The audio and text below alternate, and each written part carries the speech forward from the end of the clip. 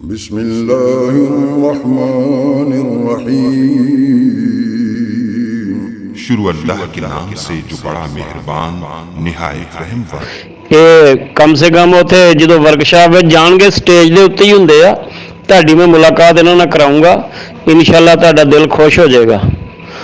ਹਕੀਮ ਤਾਰਕ ਹੈਗੇ ਆ, ਉਹਨਾਂ ਨੇ ਇੱਕ ਮਸ਼ੀਨ ਬਣਾਈ ਆ, ਬੜੀ ਕਾਮਯਾਬ ਮਸ਼ੀਨ ਆ ਉਹ ਜਿਨ੍ਹਾਂ ਦੋਸਤਾਂ ਨੇ ਲਈਆਂ ਨਾ, ਉਹਨਾਂ ਦੇ ਮੈਸੇਜ ਆਉਂਦੇ, ਕਹਿੰਦੇ ਯਾਰ ਪਤਾਲ ਜੰਤਰ ਦਾ ਤੇ ਪੰਗਾ ਹੀ ਮੁੱਕ ਗਿਆ। ਜਦੋਂ ਦੀ ਤਾਰਕ ਸਾਹਿਬ ਕੋਲ ਮਸ਼ੀਨ ਲਈ ਹੈ ਨਾ, ਤੇ ਪਤਾਲ ਜੰਤਰ ਦਾ ਪੰਗਾ ਹੀ ਮੁੱਕ ਗਿਆ। ਸੁੱਕੀਆਂ ਚੀਜ਼ਾਂ ਪਾ ਦਿਓ, ਤੇਲ ਨਿਕਲ ਆਉਂਦਾ।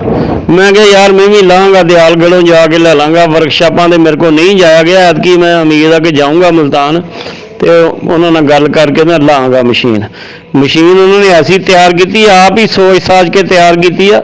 ਸੁੱਕੀਆਂ ਚੀਜ਼ਾਂ ਪਾ ਦਿਓ, ਤੇਲ ਥੱਲੇ ਹੁੰਦਾ ਵਾ, ਤੇ ਉਹ ਤੇਲ ਦੇ ਵਿੱਚ ਹੀ ਸੈਂਖੀਆ ਸ਼ਿੰਗਰਾ ਵਰਕੀਆ ਰੱਖ ਦਿਓ ਤੇ ਕੁਸ਼ਤਾ ਵੀ ਹੋ ਜਾਂਦਾ ਉੱਥੇ ਹੀ।